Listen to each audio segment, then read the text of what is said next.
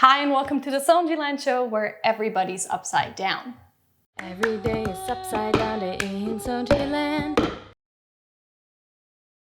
In today's episode, I want to kickstart a conversation about recovery. I'll give you a general overview of what it is, why it's important for your physical progress, and the influencing factors. But then we'll take it from there and you can let me know what you would like to know more about for future videos. So, what is recovery? In a very general sense, recovery can be defined as the process of restoring homeostasis, which is a state of balance in your body. There's a theory in sports science called supercompensation that can be super helpful to understand what recovery means in the context of training.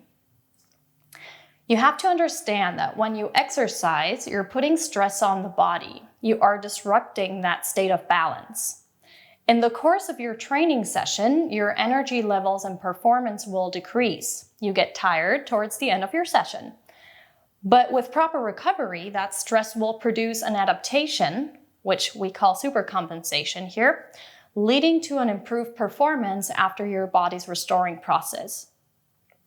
Your performance will improve over time if the timing between recovery and the next training session is right. The ideal time for the next session is at the peak of the adaptation. If you wait for too long, your performance will return towards the baseline.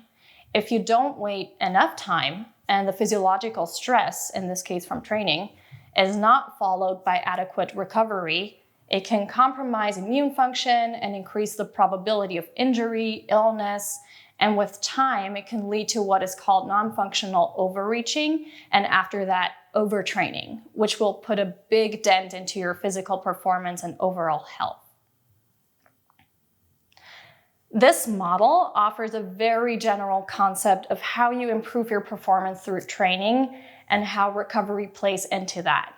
In reality, it's not that simple, and there are some limitations to the model, especially when it comes to hand balance.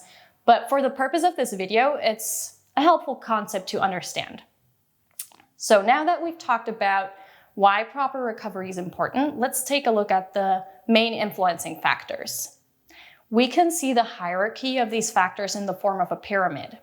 At the bottom, you have everything that provides general health, such as sleep, nutrition, general physical and mental health, and a healthy social environment. Then you want to look at your training program and overall workload through daily activities. And at the top, you have all the fancy extras like cold and heat exposures, supplements, massages, using compression, and things like that. The recovery measures at the top might not help much if you don't get the basics at the bottom right. Getting enough sleep and rest in general and having a healthy, balanced diet goes such a long way when it comes to your overall energy for life and training. But assuming that your general health is in place, the biggest factor for recovery is how you manage your training load. Proper programming of training is complex and highly individual.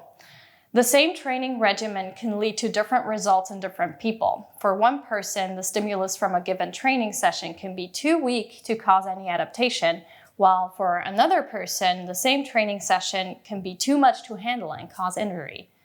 So finding your personal sweet spot for a productive load from session to session, but also over the course of your training week or an entire phase, requires good self-observation and monitoring of your development.